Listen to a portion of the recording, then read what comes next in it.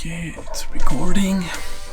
Hello Vagabond folks, it's really nice to have all of you back in the van, and today I'm answering 5 of the most frequent questions around van life. Where do you wash your clothes on the road? This is a really frequent question that I get from people who are new to van life. I have been living in my van for almost 1 year now, but I was already used to do laundry on the road for the last 5 years because of my circus career. When you go on tour for 3 months in a few different countries, obviously you don't bring 3 months of clean underwear inside your 23 kilo checking luggage. And often we're gonna have to stay in hotel where you don't have access to a laundry machine. So once in a while, you're gonna have to find what we call in English a laundromat, or lavanderia in Spanish, or lavomatic in French. If you don't know what it is, it's basically a store with self-service washing machine. It's one easy way to do your laundry on the road, but it's not easy in every country. You will find a lot of these stores in the US, in France, Spain, but it's way more difficult in Sweden, for example. I guess in Sweden everyone have a laundry machine at home, so this type of store are not super popular. But there is other places where you can find laundry machine. You can look for the closest camping site or camping car area. They normally offer a place to park your camping car or caravan,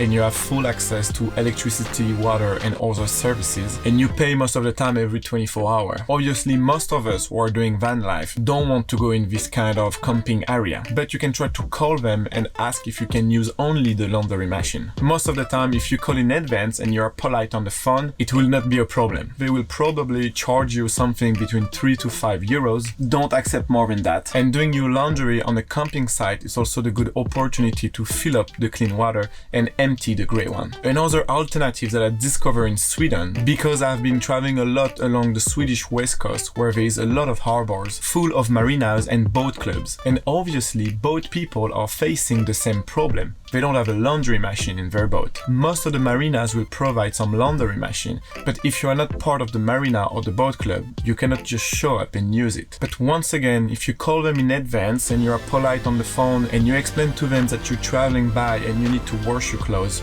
most of the time it will not be a problem. They're probably gonna charge you a small price. Lots of marinas will have a little cafe also. While you're waiting for your clothes, you can grab a cup of coffee and talk with the owner or the other sailors. Boat people are often nice people that have traveled a lot. Be friendly, and they're probably gonna have some local tips to share with you for your future travels, and even maybe get your laundry for free.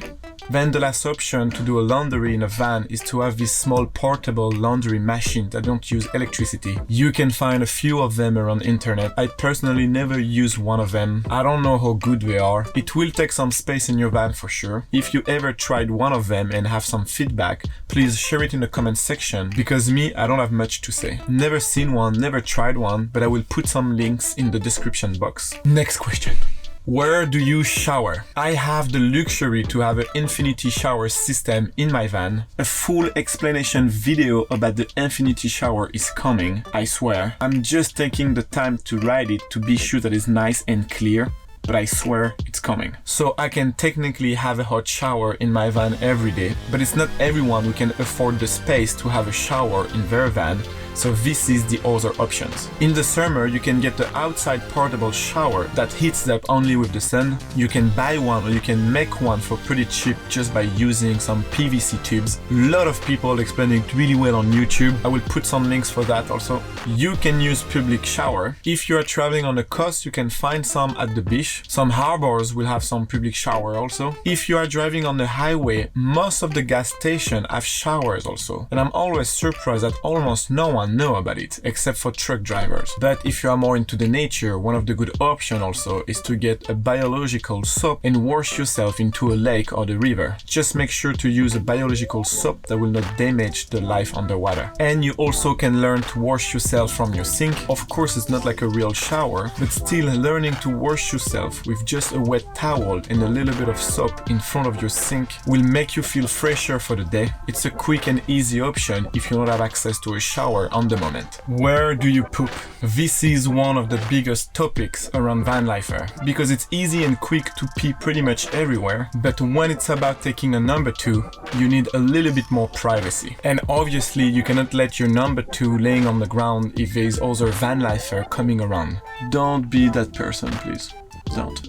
The first advice I have around pooping and van life, and actually that work with many other things related to van life, you need to take the habits to do certain things when you can instead of when you need or want to. Example, every time I stop to the gas station, I will systematically go to the toilet also. Even if you don't feel that you need it on the moment, just take the opportunity to have access to a toilet now so you don't feel the need later during the day. You can find easily public toilets in many different areas even if you are far from town. There is a lot of shopping center located near the highway that you can go quickly with your van. Sometimes I will also stop in a small cafe in a village to grab a cup of coffee and use their toilet. A lot of grocery stores will have toilets. If you are traveling on the coast, most of the popular beach also will have public toilet. And if you are more inside land, you can also find public toilet near hiking trails. And when I was in Sweden, every marinas had public toilet also. So there is quite a lot of options. But it will happen when you are staying more deep into the nature that you are too far from the nearest public toilet and you don't feel like driving the van for 20 minutes just for a toilet. Now it's time to learn to do your business in the forest. You grab yourself a shovel and some toilet paper, you walk at least few hundred meters from your van,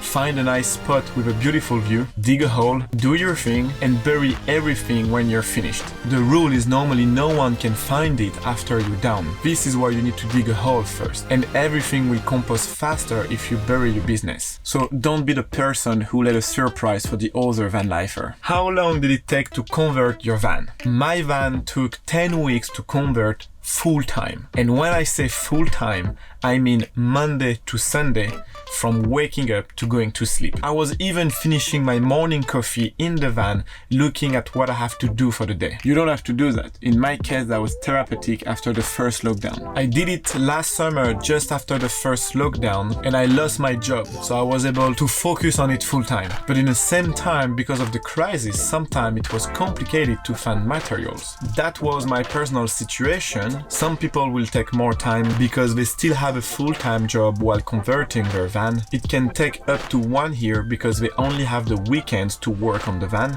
And I know some people who took only 2 weeks because as long as they have a bed and a kitchen area, they didn't mind about the rest. So it varies a lot depending on your van project, your availabilities, and also your construction skills. But mine took 10 weeks full-time. And I have a time lapse of the full conversion that I will link in the corner right here if you haven't seen it already. How do you have privacy in the van? Every van is different, but I personally have 3 windows on the side of the van and I have windows covers. When they are on, no one can see inside from outside. I put my covers every night to not have some creepy looking at me while I'm sleeping, but also because it's providing more darkness inside the van. Sometimes I will also put them during the day if I have to leave the van for a few hours. Like this, no one can be tempted to break in the van because they saw something valuable inside. Or if I feel like cooking naked, sometimes it happens.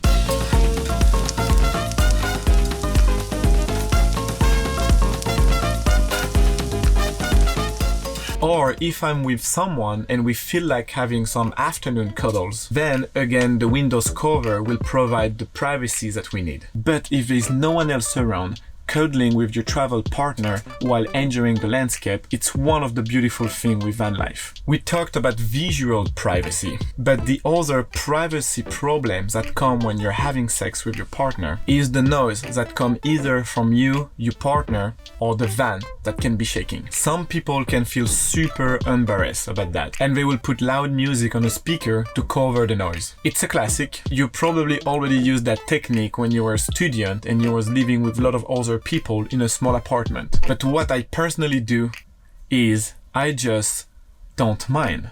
I mean, we're not teenagers anymore. If I park somewhere with other van friends and there are some couples around, obviously they're gonna have sex at some point. And I'm not gonna be shocked if I hear them. As long as I hear 2 consenting adults, I really don't care. That's how I feel toward the other people around me, and I hope they feel the same when I have someone in the van. This is in the human nature to have sex. There is nothing to be ashamed, and it's actually pretty much the opposite. 2 human bodies that love and enjoy each other is a beautiful thing, and whatever they're from the same sex or not. Yes.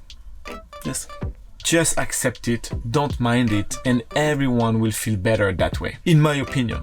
But Thank you for spending some time with me in the van. If you have any other question about van life or van build, please share it in the comment section so I can make a second episode. Before you leave this video, I will link 2 other of my videos. One here about 5 things I will change in my van, and one here about my 10 weeks conversion time lapse if you haven't seen it already. Take care, stay healthy, and I will see you on the road.